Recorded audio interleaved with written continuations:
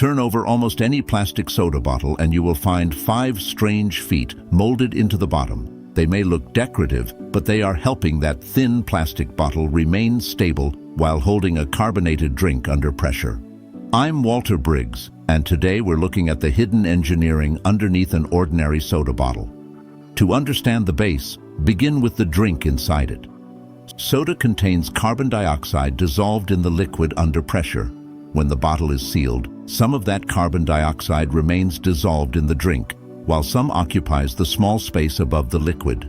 Together, the liquid and gas create pressure against the inside of the bottle. That pressure does not push in only one direction. It pushes outward against the sides, the cap, and the bottom. This is why a sealed soda bottle usually feels firmer than a bottle of still water. The plastic is thin, but the pressure inside makes the entire container feel tight. The curved sides of the bottle handle that pressure fairly well. Curved surfaces can spread force more evenly than broad, flat surfaces. But the bottom creates a difficult design problem. A completely rounded bottom would handle pressure efficiently, but the bottle would not stand upright. It would rock, roll, or tip over. A completely flat bottom would stand easily, but a large flat section of thin plastic could bulge outward when pressure builds inside. The 5-foot base provides a compromise. Its curved sections resist pressure, while the 5 outer contact points allow the bottle to stand securely on a counter, store shelf, or refrigerator door. This type of bottle bottom is commonly called a petaloid base because its shape resembles the petals of a flower. Look closely, and you will notice that the center of the bottle is pushed upward. Around that raised center are 5 rounded lobes that extend downward and form the feet. Those curves divide the bottom into several smaller structural sections. Instead of allowing the base to behave like one large, flexible panel, the molded shape adds stiffness and helps distribute stress through the plastic. You can see the same basic principle in many everyday products. A thin, flat sheet of material bends easily. Add folds, ribs, ridges, or curves, and that same material becomes much harder to deform. The bottle base uses geometry to create strength without requiring a thick, heavy piece of plastic. The feet also provide stable points of contact. When the bottle is placed on a flat surface, the 5 lobes support it around the outer edge. The pressure-resistant center remains raised instead of resting directly against the counter. That combination allows the bottle to resist internal pressure while remaining stable.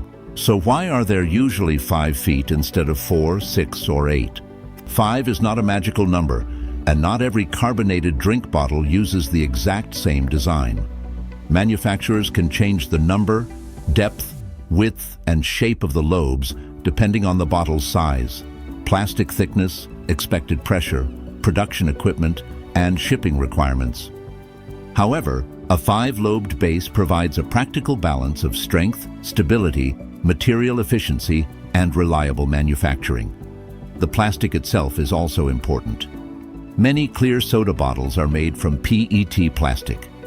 PET is lightweight, transparent, and strong enough for beverage packaging, but the material still depends on the correct shape. A poorly designed flat base would require more plastic to resist the same pressure. By molding curves and structural lobes into the bottom, manufacturers can create a lighter bottle that still performs its job.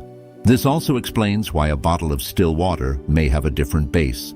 Ordinary water does not usually produce the same internal gas pressure as a carbonated drink. A water bottle may use shallower ribs, smaller indentations, or a flatter bottom because it faces different structural demands.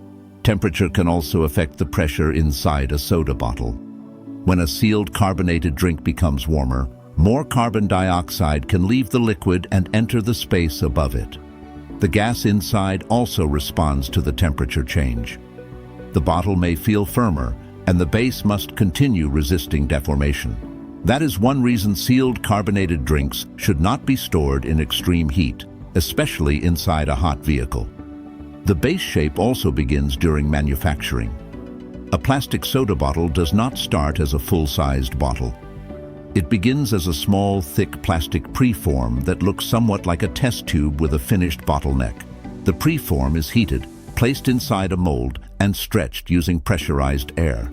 The plastic expands against the walls of the mold, creating the bottle's sides, shoulders, and detailed 5-foot base. Those feet are not attached afterward. They are formed as part of the bottle's structure. So the 5 bumps underneath a soda bottle are not random decoration. They help distribute internal pressure, stiffen thin plastic, create stable contact points, reduce unwanted bulging, and allow the bottle to remain lightweight. The next time you pick up a bottle of soda, turn it over. That flower-shaped bottom is a small piece of engineering hiding in plain sight.